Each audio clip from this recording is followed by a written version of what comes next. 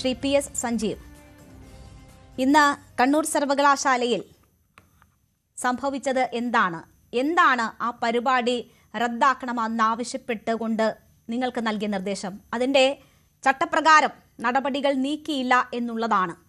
അതിനുമപ്പുറം ഈ ഐഷി ഘോഷിന്റെ സാന്നിധ്യം അതില്ലാതാക്കാനുള്ള RSS ശ്രമമാണ് ഇത് എന്ന് ആരോപിക്കുന്നതിന് നിങ്ങളെ പ്രേരിപ്പിക്കുന്ന ഘടകം എന്താണ്? ഒന്ന്, ഈ പരിപാടി മുന്നേ നിശ്ചയിച്ച പരിപാടിയാണ്. SFIയുടെ അഖിലേന്ത്യാ ജോയിന്റ് സെക്രട്ടറി മുന്നേ അറിയിച്ച് അവിടെ പങ്കെടുപ്പിക്കാൻ മുന്നേ തീരുമാനിച്ച് നോട്ടീസ് നൽകിയ പരിപാടിയാണ്. അതോടൊപ്പം പെർമിഷൻ ഞങ്ങൾ മെയിൽ വഴിയും അല്ലാതെയും ഒക്കെയും ആ ക്യാമ്പസിന്റെ അഡ്മിനിസ്ട്രേറ്റർക്ക് നൽകിയതാണ്. JNUSUവിന്റെ മുൻ പ്രസിഡന്റ് കൂടിയായിട്ടുള്ള ഐഷി ഘോഷ് പരിപാടിയിൽ പങ്കെടുക്കുന്നതുമായി ബന്ധപ്പെട്ട് വിലക്ക് ഇന്നലെ അർദ്ധരാത്രിയോടുകൂടിയാണ് ആ ക്യാമ്പസിലെ ഭാരവാഹികളെ, പ്രത്യേകിച്ച് യൂണിയൻ ചെയർമാനെയൊക്കെ അറിയിക്കുന്ന നിലയുണ്ടായത്. അപ്പൊ ആ ഘട്ടത്തിൽ തന്നെ ഞങ്ങൾ അതിലെ പ്രതിഷേധം അറിയിച്ചതാണ്. അത് ഒരിക്കലും അംഗീകരിക്കാൻ കഴിയാത്തതാണെന്ന് പ്രത്യേകം അവിടെ പറഞ്ഞതാണ്.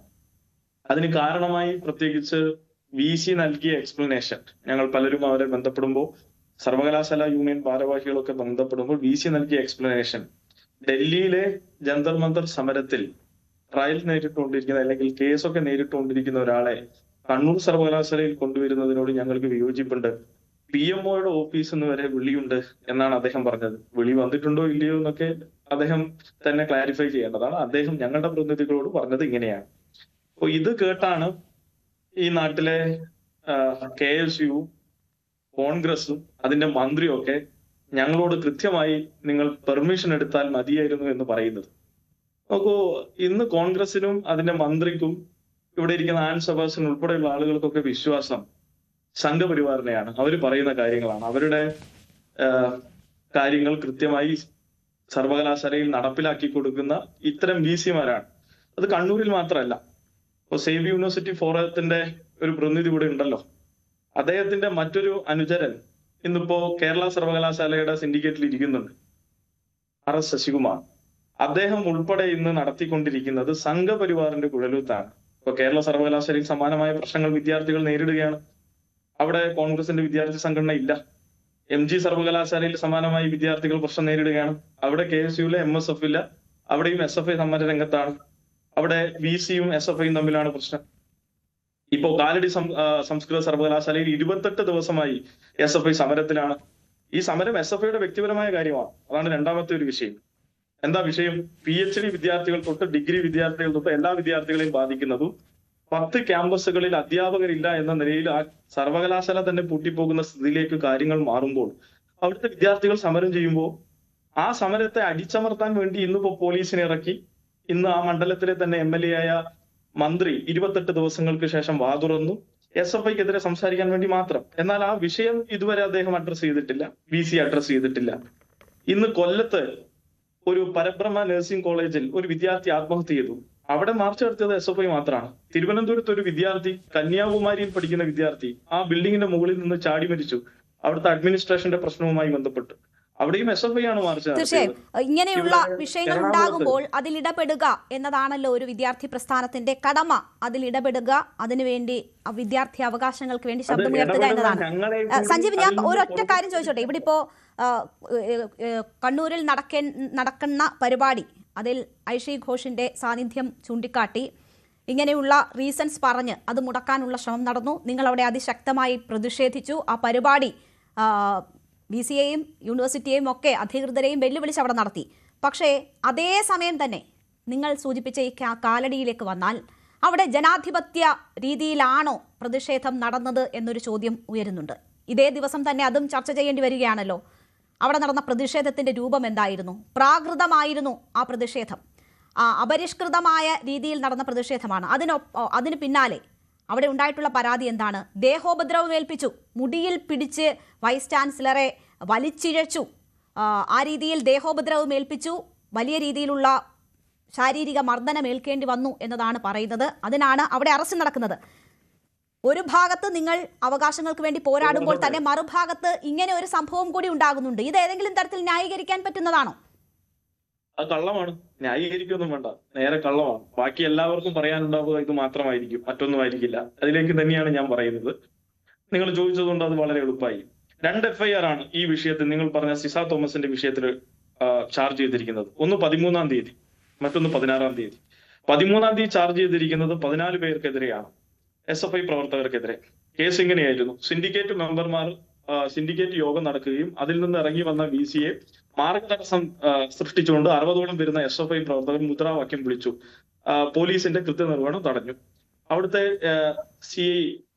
SIO CIO പ്രദീപ് കുമാർ തന്നെ ചാർജ് ചെയ്ത കേസാണ്. 13-ാം തീയതി. 16-ാം തീയതി, അതായത് ഇന്നലെ രാത്രി സിസ തോമസിന്റെ മെയിൽ വന്നതോടുകൂടി പുതിയൊരു കേസ് വരികയാണ്. ആ കേസിൽ ഇങ്ങനെയാണ് പറയുന്നത്: സിസ തോമസിന്റെ മുടിക്ക് പിടിച്ചു, അവരെ ചുമരിൽ ചേർത്ത് നിർത്തിക്കൊണ്ട് അവരെ ആക്രമിച്ചു, അവരുടെ വാഹനം തച്ചു തകർത്തു. എവിടെ? കേരളത്തിലെ നിങ്ങളെ ഉൾപ്പെടെ നിങ്ങളോട് ചോദിക്കുകയാണ്, വളരെ വിനീതമായി സ്നേഹത്തോട് ചോദിക്കുകയാണ്, എവിടെ അതിന്റെ വീഡിയോ? എവിടെ അവർ ആക്രമിക്കപ്പെട്ടതുമായി ബന്ധപ്പെട്ട് ഞങ്ങൾ ആക്രമിച്ച അത്തരത്തിലുള്ള എന്തെങ്കിലും ഒരു പ്രശ്നം നിങ്ങൾക്ക് കാണിക്കാൻ കഴിയുമോ? RSSന്റെ നെറേറ്റീവ് ആയിരുന്നു അടുത്ത നിമിഷം തൊട്ട് ഞങ്ങൾ അവർക്കെതിരെ ഒരു പ്രാകൃതമായ സമരമുറ ഉപയോഗിച്ചു. അവർക്കെതിരെ അത്തരം ഒരു സമരം ഞങ്ങൾ നടത്തിയിട്ടേ ഇല്ല.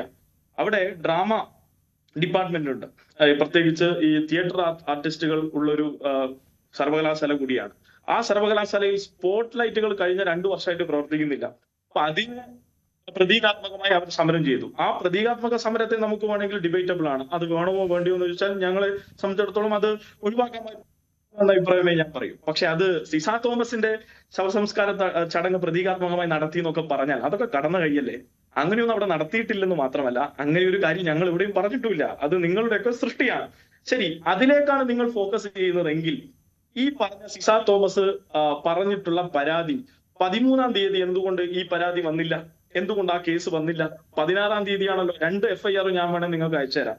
അപ്പൊ 3 ദിവസങ്ങൾക്ക് ശേഷം ഒരു പൊതുബോധ എമ്പാടും ഉണ്ടാക്കി SFIക്കെതിരെ ഇതൊക്കെ പറയാം.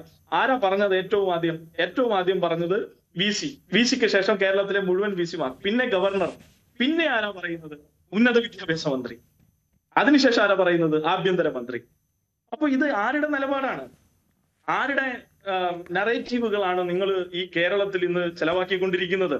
അപ്പൊ നിങ്ങളോട് ചോദിക്കാനുള്ളത്, ഒരു സർവകലാശാല VC-യെ ഇങ്ങനെയൊക്കെ മാൻ ഹാൻഡിൽ 13-ാം തീയതി ചെയ്തിട്ടുണ്ടെങ്കിൽ നിങ്ങൾ വെറുതെ വിടും SFIയെ?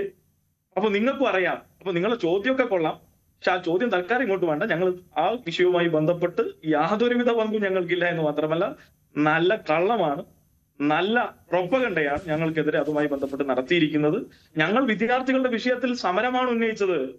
ബഹുമാനപ്പെട്ട മാധ്യമപ്രവർത്തകർ അങ്ങ് ഉൾപ്പെടെ മനസ്സിലാക്കണം. കുട്ടികൾ പഠിച്ചു പുറത്താകാൻ കഴിഞ്ഞ ഒരുപാട് വർഷമായി വിദ്യാർത്ഥികൾക്ക് നേരിടേണ്ടി വരുന്ന പ്രശ്നങ്ങളെ ഞങ്ങൾ അഭിസംബോധന ചെയ്യാണ്. അത് ഞങ്ങൾ ചെയ്യണ്ട എന്നാണോ പറയുന്നത്? ഞങ്ങൾ ഒരു അക്രമം അവിടെ നടത്തിയിട്ടില്ല. 28 ദിവസമായി. നിങ്ങൾ ആരെങ്കിലും കൂടി തിരിഞ്ഞു നോക്കിയോ? നിങ്ങൾ ഒരാളും തിരിഞ്ഞു നോക്കിയില്ലല്ലോ. ഇവിടെ ഇരിക്കുന്ന സേവ് യൂണിവേഴ്സിറ്റിക്കാരും തിരിഞ്ഞു നോക്കിയില്ലല്ലോ. KSUക്കാർ തിരിഞ്ഞു നോക്കിയിട്ടില്ലല്ലോ. ആരും തിരിഞ്ഞു നോക്കാതെ വിദ്യാർത്ഥികൾക്ക് വേണ്ടി തന്നെ സമരം ചെയ്തപ്പോ ഒരു ഘട്ടം കഴിഞ്ഞപ്പോ നിങ്ങൾക്കൊന്നൊരു നെറേറ്റീവ് കിട്ടി. ആ നെറേറ്റീവ് വെച്ച് ആ വിദ്യാർത്ഥികളെ തന്നെ നിങ്ങൾ ഇല്ലാതാക്കുമെന്ന നിലയിലേക്ക് കാര്യങ്ങൾ കൊണ്ടുപോയാൽ വെറുതെ നോക്കിക്കാൻ ഈ നറേറ്റീവ് എന്ന് പറയുന്നത് VC-യുടെ പരാതിയിലുള്ളതാണ്. ആ കാര്യങ്ങൾ അടിസ്ഥാനമാക്കി എടുത്തിട്ടുള്ള FIR-ൽ പറയുന്ന കാര്യങ്ങളാണ് ഞാൻ സൂചിപ്പിച്ചത്. മാത്രവുമല്ല, FIR എന്ന് വെച്ചാൽ എന്താ? First information report. അവർ പറയുന്നതൊക്കെ FIR-ൽ ഉണ്ടാവും. അവർ പറഞ്ഞതൊക്കെ ശരിയാണ്. അതിന്റെ വാസ്തവം എന്താണ് എന്നതാണല്ലോ ഞാൻ ചോദിച്ചത്. അവിടെ പ്രതീകാത്മകമായി നിങ്ങൾ നടത്തിയ സമരമുണ്ടല്ലോ, അത് പ്രാകൃതമായിരുന്നു എന്ന് താങ്കൾ അന്വേഷിക്കുന്നുണ്ട്. അത് ഡിബേറ്റബിൾ ആണ് എന്ന് താങ്കൾ അക്സെപ്റ്റ് ചെയ്യുന്നുണ്ട്. അത് പറഞ്ഞുകൊണ്ട് തന്നെയാണ് ഞാൻ പറഞ്ഞത്. അവിടുത്തെ ലൈറ്റ് സിസ്റ്റത്തിനെതിരെ നടത്തിയ ഒരു സമരത്തെ VC-ക്കെതിരെ നടത്തിയ സമരമാണെന്നൊക്കെ പറഞ്ഞ് വ്യാഖ്യാനിക്കാൻ നിന്നാൽ അതിനെ സമയം ഉണ്ടാവും.